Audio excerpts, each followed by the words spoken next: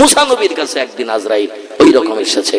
মুসা নবী রাস্তা দিয়ে যাচ্ছেন পাহাড়ের কিনারা দিয়ে, তার আগের দিন তুর পাহাড়ের কিনারায় আল্লাহর সঙ্গে কথোপকথন গল্প গুজব করলেন। ফিরে আসার সময় মুসা নবীর আল্লাহ বললেন, তোমার একটা নতুন নিদর্শন দেখাবো, অমুক পাহাড়ের কিনারা দিয়ে তুমি একটু যাবে। মুসা নবী কি নিদর্শন আল্লাহ দেখায় এই চিন্তা নিয়ে পাহাড়ের কিনারা দিয়ে যাচ্ছেন, আর সামনের দিক থেকে আজরাইল আসতেছে। জোরে বলুন সুবহান। সামনাসামনি দেখা, আসসালামু আলাইকুম। ওয়ালাইকুম আসসালাম। মানাম তামাস মোকাইয়াখি, কে তুমি, তোমার নাম পরিচয় বলো। সালাম কালাম তো করলে আমার সাথে। লোকটা বলছে, আনা মালিকুল মউত, আনা মুখবেদুস সউদ, আমি মৃত্যুর যমদূত, হরিষে বিষাদনকারী ব্যক্তি। আমার নাম আজরাইল, আমি মৃত্যুর দায়িত্বের পরোয়ানার কাজ করে থাকি। মুসা নবী বলছেন, আইনা তাযহাবিয়াকি, যাচ্ছ কোথায়? আজরাইল বলছেন, বাবার নাম ইমরান, তার ছেলের নাম মুসা, তার প্রাণনাশের জন্য আল্লাহ পাঠিয়েছেন। এখন তাম দুনিয়া ঘুরে ঘুরে পাইনি, আর এই পাহাড়ের কিনারে যেতে যেতে দেখি সেই লোকটা আমার সামনে আসতেছে। এজন্য আমার একটু কাজের উপকার করলে, যদি তুমি না আসতে আমার আরো কিছু দূর যেতে হতো। তুমি এসে গেলে পাহাড়ের কিনারায়, এজন্য আমার একটু লাভ হলো, আমার আর খুব বেশি দূর যেতে হলো না। ভাই রেডি হয়, এখানে প্রাণনাশ হবে। মুসা বলছে, এই আল্লাহর কি অত ভুল হয় নাকি? গতকালকে গেলাম তুর পাহাড়ে আল্লাহর সঙ্গে টেলিফোনে কথা বলতে, অনেক সময় ধরে গল্প গুজব করলাম, কিন্তু আল্লাহর কি এত মাথা গরম নাউজুবিল্লাহ যে আমার একটু বললো না কালকে তোমার প্রাণনাশ হবে, রেডি থেকো। এতটুকু বলতে আল্লাহ ভুলে গেল, আর তুই বলছিস প্রাণনাশ হবে। ঝামেলা করিস নে, আল্লাহ আমারে এই পাহাড়ি এলাকায় নিদর্শন দেখার জন্য আসতে বলেছে আজ, আমি তাই সেই নিদর্শন দেখার জন্য আসছি। ঝামেলা করিস না, চলে যা, অন্য কোন মুসার প্রাণনাশ করতে হবে সেখানে যা। আজরাইল বলছেন, আল্লাহি লা শাফিয়ে, সেই খোদার কসম, ইমরানের বেটা মুসার প্রাণনাশের জন্য আল্লাহ পাঠিয়েছেন, সেই লোক আপনি রেডি হন। মুসা ছিল একটু জালালি কদরের মেজাজি ওয়ালা লোক। মুসা বলছে, তবে রে বলি, হাতটা লম্বা করে মারবেন এক সবেটা চড়। আজরাইলের গালে মেরে দিয়েছে এক চড়, 5টা আঙ্গুলের দাগ বসে গেছে, রি রি করে যন্ত্রণা জ্বালা শুরু হয়ে গেছে। আজরাইল বলে, চাচা আপন পরাণ বাসা, কি দায়িত্ব আমি নিয়েছি, আজকের মানুষের হাতের চড় খেতে হয় আমার। আল্লাহর হুকুম তামিল করতে গিয়ে মানুষের হাতের চড় খেতে হয়, জ্বালা করছে রিরি করে। আজরাইল ইসমে আজম পাঠ করে ডানা মিলে আসমানে উড়িয়ে দিয়ে বলছে, আল্লাহ দায়িত্ব আজকের থেকে নিয়ে যারে দেবেন দেন, আমি আর দায়িত্ব রাখবো না। কারণ দায়িত্ব পালন করতে যে মানুষের চড় খেতে হয়, এ দায়িত্ব আমার পক্ষে রাখা সম্ভব হবে না। অন্য ফেরেশতারা যেমন ইবাদত করে, আমি ওই রকম ইবাদত করবো, কেন ঝামেলায় জড়াতে যাব? আল্লাহ বলছেন, আমি তোর অন্তরটা একটু কঠোর শক্ত করেছি, আর সব ফেরেশতার অন্তর নরম করেছি, এই জন্য এই কাজ দায়িত্ব তোরই দিয়েছি। তুই ছাড়া এই কাজ কেউ করতে পারবে না, কারণ পৃথিবী থেকে তুই তো কান্নাকে রদ করে দিয়ে এক খামসা মাটি নিয়ে এসেছিলি। সব ফেরেশতা গেল, জিবরাইল গেল, মিকাইল গেল, ইসরাফিল গেল, কান্না শুনে সব ফিরে চলে আসলো, কেউ মাটি আনতে পারেনি। বান্দা আদমের বডি বানানোর জন্য তোরে পাঠালাম শেষে, আর তুই যে কান্না শুনেও তো মোহিত হসনি, বরং চোখ বন্ধ করে মুখ ঘুরিয়ে এক খামসা কাদা এনে দিয়েছিলি। আমি তখন চিন্তা করলাম তোর মনের ভিতরে গরম ভাব রয়েছে, তাই কান্নাও কই তুই একটু কোনো মর্যাদা দিসনি। বাকি কাজ প্রাণনাশের কাজ তোরই দিয়ে করাতে হবে, তাই অতীতকালে তোরই দিয়ে প্রাণনাশের কাজের দায়িত্ব দিলাম। কাজ করছিলি ভালো, হঠাৎ কি ঝামেলা হলো? আজরাইল বলছে, তুমি পাঠালে প্রাণনাশ করতে, আর আমি যে বলতেই মারবে না চড় চড় খেয়ে এসেছি, রিরি করে এখনো জ্বালা করছে। কোন ফেরেশতারে কাজের দায়িত্ব দেবেন দেন, এ কাজ আমি আর করবো না। আল্লাহ বলছেন, এই কাজ কিয়ামত পর্যন্ত করতেই হবে, কারণ তুই ছাড়া কাজের দায়িত্ব কেউ পালন করবে না। আজরাইল বলছেন, তাহলে ওই মুসার কাছে যেন আর পাঠিও না, আর দুনিয়া যেখানে পারো পাঠাও, সেখানে যাব। ও তোতলা জবানের লোক, আর তোতলা যে হয় সে একটু গরম হয়। তোতলা লোক কথা বলতে গেলে বেঁধে যায়, এ দেখবেন একটু গরম হয়, আর গরম হয় মানে রেগে যায় বেশি। ওর কাছে যেন আর পাঠাবেন না। আল্লাহ বলছেন, ওর কাছে তো প্রথম তোরে আবার পাঠাবো। আজরাইল বলছেন, এক গালে চড় খেয়েছে, আর একটা গাল বাকি, এটাও ওর হাতে চড়াবে। ও মরণের কথা শুনলে ও তো হাই ভোল্টেজ রেগে যায়। আল্লাহ বলছেন, শোনো আজরাইল, তোমার মৃত্যুর দায়িত্ব দিয়েছে বলে তুমি মনে মনে চিন্তা করছো, তোমার পাওয়ার ভোল্টেজ 420, কিন্তু আমার বান্দা মুসা নবীর ভোল্টেজ 1020। মুসা নবীর পাওয়ার 1020। তুমি মনে মনে ধারণা করিও না, প্রাণনাশের দায়িত্ব তোমার হাতে দিয়েছে বলে সবাইকে তুমি বশ করে যা ইচ্ছা তাই করবে। তোমার পাওয়ারের থেকে আমার মুসার পাওয়ার বেশি। ওখানে যে কথা বলতে হবে একটু নরম স্বরে, কারণ মুসা গরম আর তুমি গরম করবে, মেজাজ গরম করে কাজ করবে, রেডি হও রান্না সবে, আমারও বান্দাও সব সহ্য করবে না। তুমি যদি একটু নরম স্বরে বলতে, মুসা নিশ্চয়ই তোমার গালে আর চড় মারতো না। যেখানে ভোল্টেজ বেশি সেখানে একটু নরম হয়ে কথা বলতে হয়। আজরাইল বলছেন, আল্লাহ ওর যে ভোল্টেজ আমার থেকে এত বেশি করে দিয়েছেন তা তো বুঝি না। আয় আল্লাহ, তো যা হয় হোক, অন্তত মুসার কাছে আর পাঠিও না, অন্য লোকের কাছে পাঠাও, যাব কাজ করব, চলে আসবো। আল্লাহ বলেন, তোমার আওয়াজ যেতে হবে মুসার কাছে। আজরাইল বলছেন, আল্লাহ তাহলে প্রেরণার কথাটা যেন বলতে না হয়, অন্য কোনো যদি কিছু খবর থাকে বলেন। আল্লাহ বলছেন, তাই করো। তোমার যদি প্রেরণার কথা দিয়ে বলতে ভয় হয় তাহলে এক কাজ করো, আমার মুসারে যেয়ে বলো পিঠে, গরুর পিঠে ওর হাতের তালুটা রাখতে। হাতের তালুর ভিতরে যত হাজার পশম ঢাকা পড়বে তত বছর মুসা আমার দুনিয়া আবার বেঁচে থাকার সুযোগ পাবে। মরণ বরণ করতে মুসার যদি অসুবিধা হয়, মুসা যদি মনোপুত না হয়, তাহলে দুনিয়ায় আরো লম্বা টাইম বেঁচে থাকার জন্য আমার মুসার একটা উটের পিঠে কিংবা গরুর পিঠে হাত রাখতে বলবে। তবে ওইখানে হাত রাখতে বলবে যেখানে পশম খুব ঘন, যেখানে হালকা পশম সেখানে হাত রাখতে বলবে না, যেখানে পশম খুব ঘন ওইখানে হাতের তালুটা রাখতে বলবে। এখন আমাদের এই যে হাতের তালুর এরিয়া, মুসার হাতের তালুকে এইরকম ছিল নাকি? তাফসীরের ভিতরে এসেছি, মুসা নবী রাস্তাঘাটে পথে যখন বার হতেন, শ্বশুরের একটা যৌতুক কাছে করে নিয়ে ব্যবহার করতেন। যৌতুকটির নাম ছিল লাঠি। কি নাম?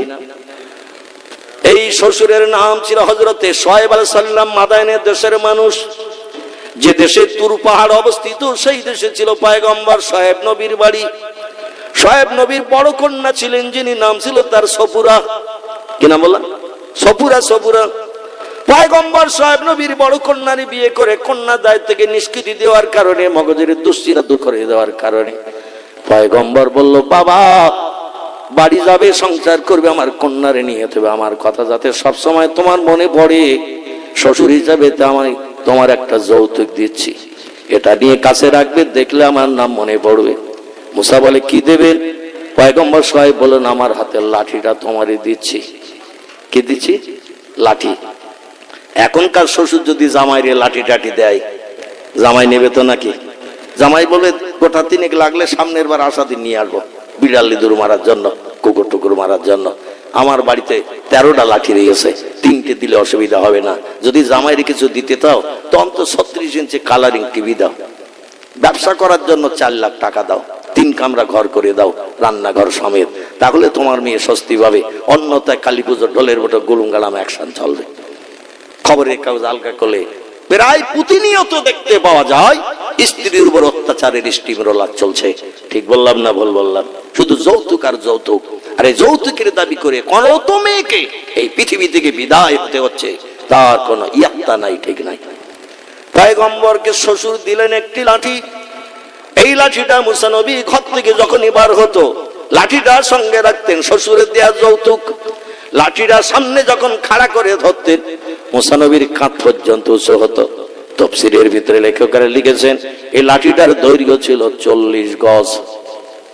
কত? 40 গজ, মানে 80 হাত লম্বা লাঠি। মুসা নবী সামনে ধরতে কাঁধ পর্যন্ত উঁচু হতো, এখান থেকে মাথার পোর্শনটা আলাদা উঁচু ছিল। তাহলে লাঠিটা আমাদের থেকে ছোট তো নাকি? আমরা 5.5 ফুট 6 ফুট। মুসা নবীর হাতের লাঠিটি 40 গজ লম্বা ছিল। এই লাঠিটা নিয়ে রাস্তাঘাটে পথে ঘুরে বেড়াতেন। কোন বিপদে পড়লে লাঠিটা জমিনে ছেড়ে দিতেন, আর 80 হাত লম্বা লাঠি অজগর সাপ হয়ে যেত, আর ফসফস করে শত্রুদের দিকে ধেয়ে আসতো। আর শত্রু জাদুকররা বলতো, মুসা তোমার লাঠি ধরো, অন্যথায় চরম বিপদে পড়িছি। বড় বড় জাদুকরকে আলুর বস্তার মতো গিলে খেয়ে নিত এই লাঠি। জোরে বলুন একটু সুবহানাল্লাহ।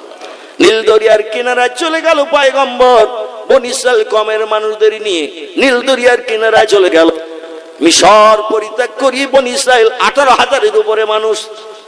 এরা মুসা নবীর আল্লাহর উপরে ঈমান এনেছিল, পয়গম্বরকে পয়গম্বর বলে স্বীকার করেছিল। ফেরাউনকে আল্লাহ বলে মানেনি মুসা নবীর কওমের লোক। এদের বলা হতো বনী ইসরাইল। কি বলা হতো? বনী ইসরাইল। বনী ইসরাইল, এই বনী ইসরাইল কওমের মানুষেরা ফেরাউনকে আল্লাহ বলে স্বীকার করেনি বলে ফেরাউন তাদের মেথর চাকর থোপা বিভিন্ন কাজে লাগিয়ে দিল। আমারে খোদা বলে মানবে না, যারা আমারে খোদা বলে মানবে তাদের সংসারে সব কাজ করে দিতে হবে। একদিন বনী ইসরাইল কওমের লোকেরা বলল, মুসা তোমারে পয়গম্বর বলে মানি, তোমার আল্লাহর উপরে ঈমান আনার পরও মেথরের কাজ করতে হয়, ধোপার কাজ করতে হয়, চাকরের কাজ করতে হয়, মুঠির কাজ করতে হয়, আর এইভাবে কষ্ট দিচ্ছে ফেরাউনের দলবল, ওরে খোদা বলে মানি না। তাই আর কতদিন এই জ্বালা যন্ত্রণা নির্যাতন সহ্য করব? হয় আমাদের ফেরাউনের হাত থেকে বাঁচাও, অন্যথায় ফেরাউনকে খোদা বলে মানার অনুমতি দাও, তাহলে এই যাত্রার মতো আমরা বেঁচে যাই। ফেরাউনের যারা খোদা বলে মানে তাদের কোনো দুঃখ দুর্দ স্বভাব নাই, স্বস্তিতে শান্তিতে খাচ্ছে। আর ফেরাউনের দেখলে একটু খোদা বলে ডাকতেছে, আনতা রব্বি লা শাক্কা ফিহি, আপনি আমাদের প্রভু, কোনো সন্দেহ নাই, এতটুকু বললেই যথেষ্ট এনাফ। ফেরাউন তাদের উপরে আর কোনো অত্যাচার উৎপীড়ন করে না। হয় আমাদের ফেরাউনকে খোদা বলে মানার অনুমতি দাও, অন্যথায় মেথর ধোবা চাকরের হাত থেকে আমাদের বাঁচাও। মুসা বললেন, ফেরাউনকে খোদা বলে মানলে পরকালে কোটি কোটি বছরের জন্য লম্বা দিন জাহান্নামের আগুনে পড়তে হবে। এই জন্য আমি কোনোদিন ফেরাউনকে খোদা বলে মান্যতা দেওয়ার অনুমতি দেব না। তবে তোমাদের বিপদ থেকে নিষ্কৃতির জন্য আমি দায়িত্ব নিতে পারি। বলে কি করবেন? বলে মিশরের দেশ পরিত্যাগ করে আমার শ্বশুর বাড়ির দেশে নিয়ে যেতে পারি। সেই দেশে নিয়ে গেলে ফেরাউনের কর্তৃত্ব নষ্ট হবে, কারণ এক দেশ থেকে আরেক দেশে যে ঝামেলা করতে পারবে না। এজন্য চলো আমরা মাতৃভূমি মিশর ছেড়ে দিয়ে আমার শ্বশুর বাড়ির দেশে যাই।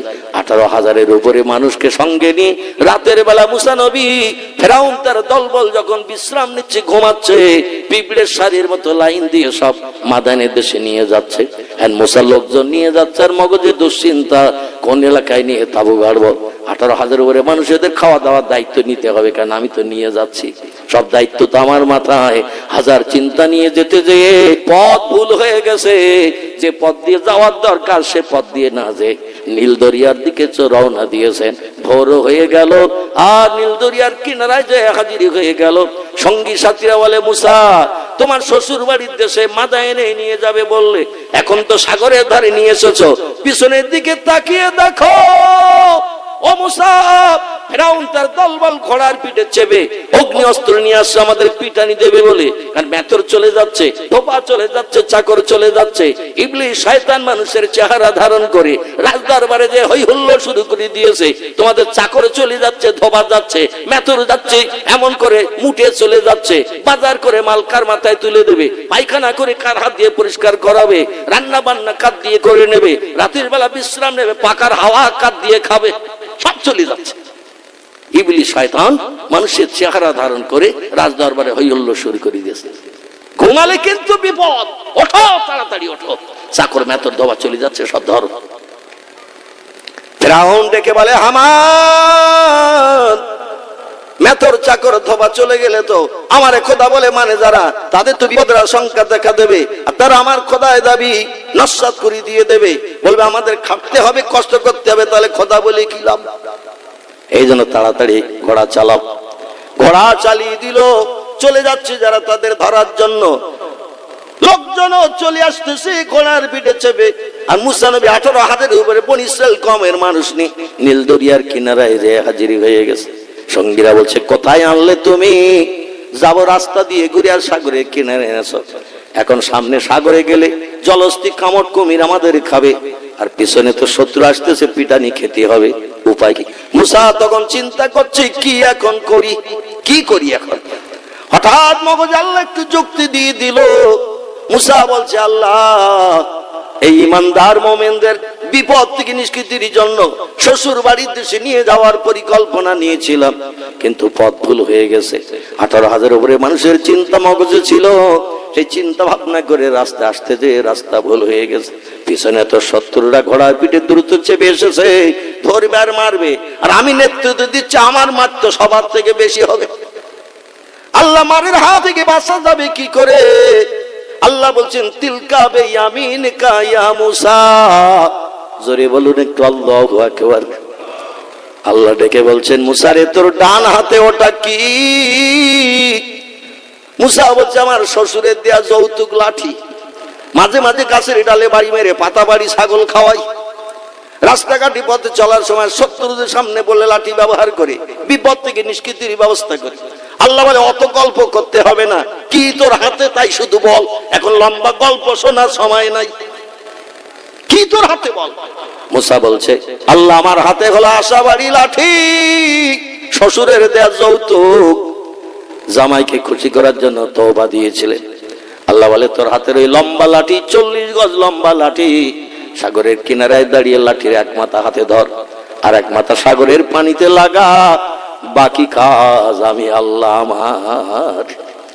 ইন্নামা আমরুহু ইযা আরাদা শাইআন আইয়াকুলা লাহু কুন ফায়াকুন। জোরে বলুন একটু আল্লাহু আকবার। আল্লাহ বলছেন, আমি বান্দাদের এমন পূর্ব এমন স্রষ্টা, যখন হুকুম করি, ইযা আরাদা শাইআন, কোন কিছু তৈরি করার পরিকল্পনা ইচ্ছা প্রকাশ করি, আইয়াকুলা লাহু, আমার জবান দিয়ে শুধু একটু বলি কুন ফায়াকুন, সঙ্গে সঙ্গে সেটা হয়ে যায়। আমার কোনো কিছু বানাতে তৈরি করতে 1 সেকেন্ডের জায়গায় 2 সেকেন্ড সময় কোনোদিন লাগেনি, এবং ভবিষ্যৎ লাগবে না। আমি এমন পাওয়ারফুল স্রষ্টা, শুধু তুই লাঠির এক মাথা ধর, আর ওই 40 গজ লম্বা 80 হাত লম্বা লাঠির এক মাথা একটু পানিতে লাগা। মুসা আল্লাহর টেলিফোনের খবর শুনলেন, মোবাইলের খবর শুনলেন, আর লাঠির এক মাথা ধরে আর এক মাথা নিচে করে সাগরের পানিতে লাগিয়ে দিল। আল্লাহর সঙ্গে সঙ্গে কোন শব্দ ব্যবহার করলেন? 8খানা ঘোড়া একসঙ্গে লাইনে ছুটতে পারে এরকম চওড়া হাওড়ার ব্রিজ হয়ে গেল নীল দরিয়ার উপরে। জোরে বলুন সুবহানাল্লাহ। 800 কিলোমিটার রাস্তা এক মুহূর্তে তৈরি হয়ে গেল হাওড়ার ব্রিজ। কলকাতার হাওড়ার ব্রিজ দেখেছেন তো? ও মাথায় আর এ মাথায় লাগানো, মাঝখানে কোনো পিলিয়ার থাম্বা নাই। এ ঠিক বললাম না ভুল বললাম? বালি ব্রিজের তলায় পিলিয়ার আছে, অন্যান্য ব্রিজের তলায় পিলিয়ার আছে, হুগলি দ্বিতীয় সেতুতে ওরকম পিলিয়ার আছে, আবার টান মারা রয়েছে বিবেকানন্দ সেতুতে পাতা দিয়ে যেটা চলে গেছে। আমার ভাইরা, কিন্তু হাওড়ার ব্রিজ এমন একটা ব্রিজ, ওই কলকাতা হাওড়া স্টেশন, এই স্টেশনে যাত্রী যাওয়ার জন্য যে ব্রিজটা বেশি ব্যবহার করে থাকে, এই ব্রিজের মাথায় ও মাথায় লাগানো, মাঝখানে কোনো পিলিয়ার নাই। আল্লাহ এইরকম ব্রিজ বানিয়ে দিলেন নীল দরিয়ার উপরে, 800 কিলোমিটার রাস্তা। কোন শব্দ ব্যবহার করে? আমার আল্লাহ পারে না, পারে না। তুমি এই যুগের বিজ্ঞানীরা বলছে আল্লাহ বুড়ো হয়ে গেছে আর পারবে না। জোরে বলুন একটু নাউজুবিল্লাহ। আমি আপনাদের কাছে জিজ্ঞাসাবাদ করি, আল্লাহ কি বুড়ো টুড়ো হয়ে গেছে নাকি? তিনি বলছেন আল্লাহু হাইয়ুন কাইয়ুম, আমি অতীতে যেমন ছিলাম বর্তমানে তেমন আছি, ভবিষ্যতেও তেমন থাকবো। আল্লাহু লা ইয়ামুত, সব সৃষ্টির মরণ হবে। কুল্লু নাফসিন যায়িকাতুল মাউত, যত সৃষ্টি পৃথিবীতে বসবাস করে সব সৃষ্টির প্রাণ নাশ করা হবে। মরণের হাত থেকে কেউ নিষ্কৃতি পেতে পারবে না, পারবে না, পারবে না। সব সৃষ্টির মরণ হবে। আল্লাহু লা ইয়ামুত, কিন্তু আমি আল্লাহ আমার মরণ হবে না। জোরে বলুন একটু সুবহানাল্লাহ। আল্লাহু বাকি,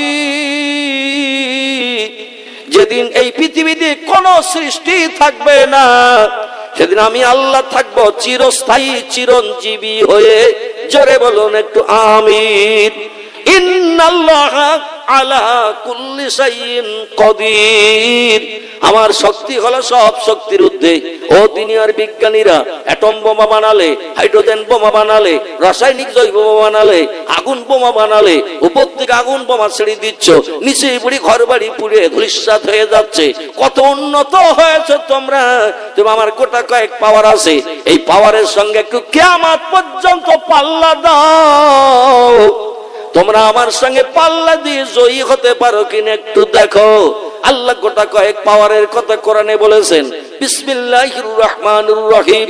তুলিজুল লাইলা ফিন নাহারে ওয়া তুলিজুন নাহারা ফিল লাইল ওয়া তুখরিজুল হাইয়া মিনাল মাইয়াতি ওয়া তুখরিজুল মাইয়াতা মিনাল হাইয়্যি ওয়া তারযুকু মান তাশাউ বিগাইরি হিসাব।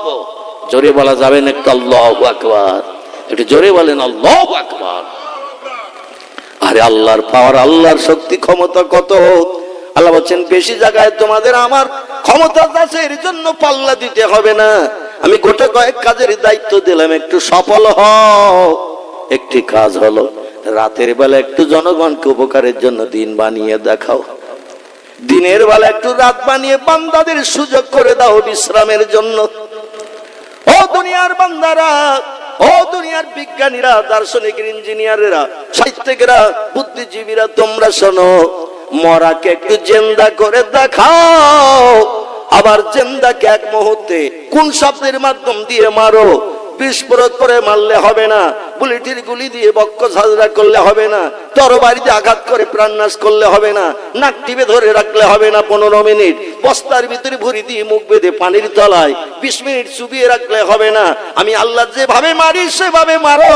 আমি শুধু বলি কোন, সঙ্গে সঙ্গে বান্দা পটল তোলে, আবার আমি যেই বলি কোন, সঙ্গে সঙ্গে মরা বান্দা হয়ে ঠেলে ওঠে।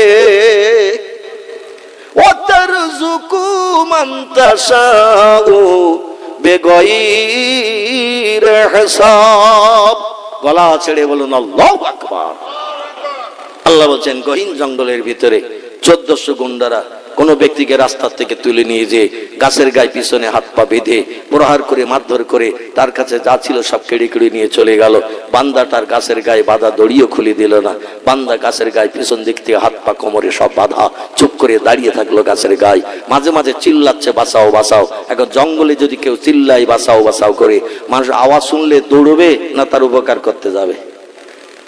জঙ্গলে বাঁচাও বাঁচাও আওয়াজ করছে কোন ব্যক্তি সেই রাস্তা দিয়ে যেতে যে আওয়াজ যদি শোনে, ও বলবে চাচা আপন পরাণ বাঁচা। কোন ব্যক্তি বিপদে পড়েছে তাই বাঁচাও বাঁচাও করছে, আমি যদি যাই আমাকে ওই বিপদে পড়তে হতে পারে, ঝামেলার দরকার নাই, পালাই। জঙ্গলে কেউ উপকার করতে যাবে না, কারণ সেখানে বিপদে পড়ে মানুষ, তাই বাঁচাও বাঁচাও করে। আর সেখানে দস্যু গুন্ডারা তার উপর অত্যাচার উৎপীড়ন করে। আল্লাহ বলছেন, বান্দা গাছের গায়ে বাঁধা থাকবে, মারধর করে দস্যু গুন্ডারা তার কাছে সর্বস্ব সব নিয়ে চলে গেল। বান্দা না খেয়ে অনাহারা হয়ে গাছের গায়ে দাঁড়িয়ে দাঁড়িয়ে মরবে। আমি আল্লাহটা পছন্দ করি না। আমি কাকের মুখে রুটি পাঠিয়ে বান্দা রেজেক জঙ্গলে পরিবেশন করি। ওমা মিন দাব্বাতিন ফিল আরদি ইল্লা আলাল্লাহি রিজকুহা। জোরে বলুন একটু আল্লাহু আকবার। আল্লাহ বলেন, জলে এবং স্থলে যত সৃষ্টি বসবাস করে সব সৃষ্টির রিজক খাবার আমি আল্লাহ পরিবেশন করি।